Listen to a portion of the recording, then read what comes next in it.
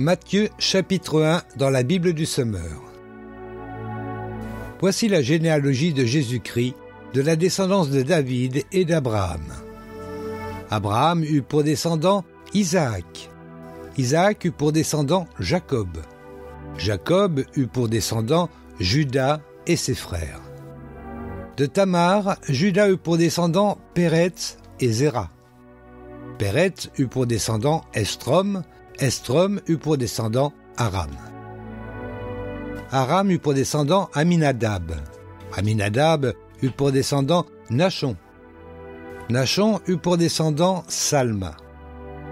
De Rahab, Salma eut pour descendant Boz. De Ruth, Boz eut pour descendant Obed. Obed eut pour descendant Isaïe. Isaïe eut pour descendant le roi David.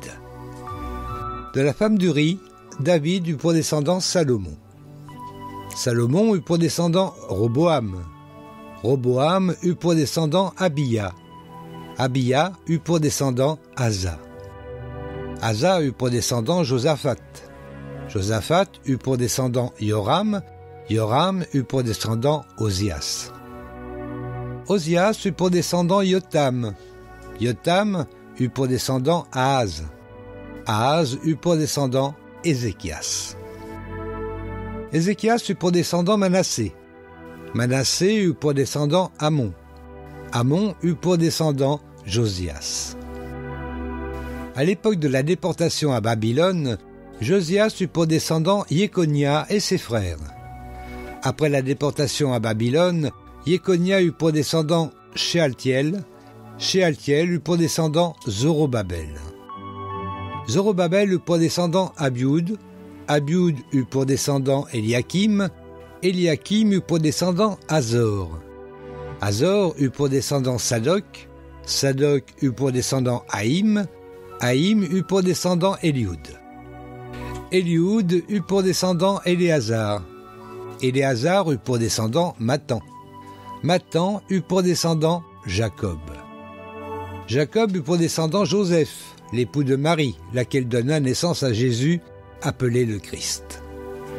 Il eut donc en tout 14 générations d'Abraham à David, 14 de David jusqu'à la déportation à Babylone, et 14 de cette déportation jusqu'au Christ. Voici dans quelles circonstances Jésus-Christ vint au monde. Marie, sa mère, était liée par fiançailles à Joseph. Or elle se trouva enceinte par l'action du Saint-Esprit avant qu'ils n'aient vécu ensemble.